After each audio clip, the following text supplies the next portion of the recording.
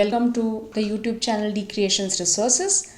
We are looking at some basic concepts from maths, and we earlier looked at a concept of intervals. So if you are able to recall, we defined different types of intervals like finite, closed interval, open interval, infinite interval. So here in the figure you can see that this particular interval of the real number line, there is a square bracket, that means the endpoints A and B are also included, and it's basically a finite interval because the endpoints are not infinity. Had there been infinity, it would have been infinite, and since the endpoints are included, we call it closed interval, denoted by square brackets in this manner.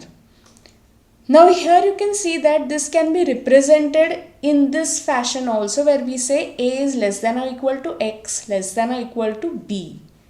So what are these less than or equal to signs? Or you can see here there are different kinds of inequalities.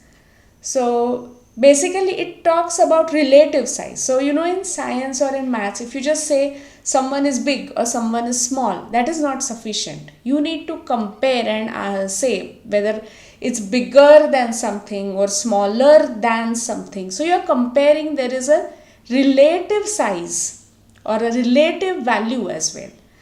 And these signs you must be familiar with. There's a greater than sign. So you can, in simplest terms, that the number 10 is greater than 5. Or you can also have this kind of an inequality where you say x plus 7 is greater than 3 and then determine the value of x. Or similarly, there is less than, so obviously 2 is less than 8. Or you can also denote this as 3x is less than 18. Then there are greater than or equal to signs. So you can say 7 is greater than or equal to x plus 2. Or similarly, there's less than or equal to sign where you can say 3x minus 2 is less than or equal to 10. Now, these inequalities have certain properties. So basically, if you put them in an order, so if I say A is less than B and B is less than C, then A will have to be less than C. Or I think I can explain this better with the number line example. Here you can see that 3 is greater than 2 and 2 is greater than 1. So 3 will have to be greater than 1. That's the simple meaning of it. Or if you want to take an example in our life, if you say A is younger than B and B is younger than C, so obviously A has to be younger than C. So it's like saying you are younger than your father and your father is younger than your grandfather. So automatically it means that you are younger than your grandfather. Now there is another property. So this was the transitive property. There is another property called reversal property. So there's a interchange. So if you say that A is greater than B, automatically you know that B is less than A, or vice versa. So same example, if you say you are younger than your father, that means that your father is older than you, in simple terms. Now there is another property, or you can say it's also called law of trichotomy, that see there are going to be 3 cases. Right now here I have shown only 2 cases, but there is a third logical case. So A less than B, A is equal to B, and what will be the third logical case? Correct, A greater than B. So only one of them can be true. All the 3 can't be true at the same time. So when you compare 2 numbers, say 5 and 7, you can either say 5 is less than 7. You cannot, obviously they are non-equal, and obviously 5 is not greater than 7. So only one case serves. Now there are also properties pertaining to addition and subtraction. So if A is less than B, and if you add a number to both of them simultaneously, then the inequality doesn't change. So to give you a simple example, in terms of number, if you say 5 is less than 7 and if you add 3 to both the sides, it will become 8. 5 plus 3 is 8 and 7 plus 3 is 10. So 8 is less than 10. Or again, if you go back to an example from life, then you would say that if you are younger than your father, and even if you add 2 years to the ages like your age and your father's age, you will still be younger, or a plus 2 rather will still be younger than b plus 2. That is what this is meant to say. So if someone is 30 years old and another person is say 60 years old, then even if you add 2 years to the ages, this person becomes 32 and other person becomes 62. So the relation doesn't change. Now similarly, of course, even if you subtract it, like 2 years ago also the 30-year-old person was 28 and the 60-year-old person was 58. So again the relation doesn't change. So that is going to remain the same.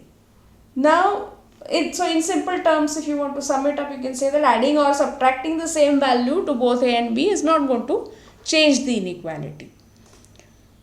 Now, it's tricky when it comes to multiplication and division, because you need to look at what number you are multiplying it by or dividing it by. Depending on whether that number is positive or negative, the situation is going to change. So let us consider the case where a is less than b and c is a positive number. You are multiplying it by both the sides. For example, let us take c to be 2. Then a will become 2a, b will become 2b. But obviously 2a will still be less than 2b. So suppose if you say that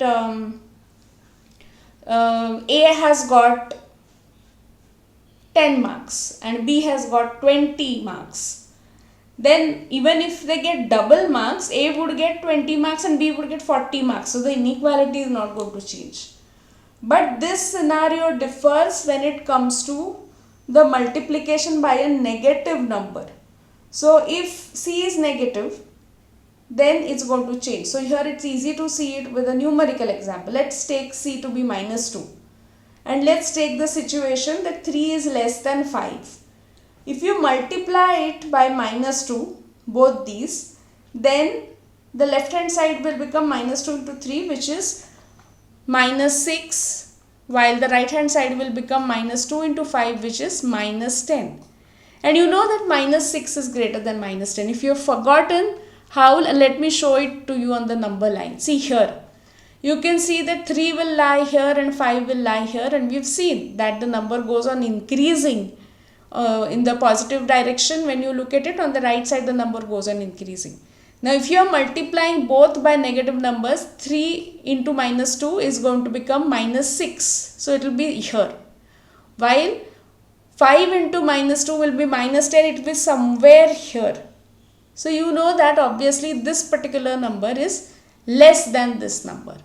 So coming back to where we were, we see that there is a swapping, there is a change when c is a negative number.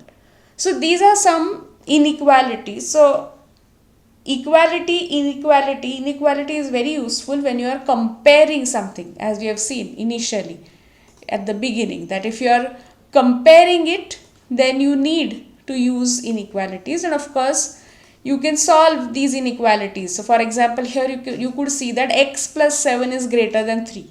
Can you solve it and tell me the value of x?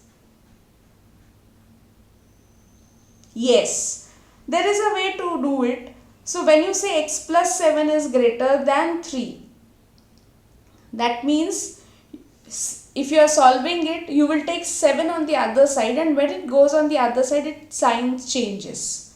So 7 will become minus 7 and it will be x is greater than minus 4. Now similarly here, if you say 3x is greater than 18, that means 3x is less than 18, that means x is less than 6. And so on and so forth. You can solve inequalities on your own.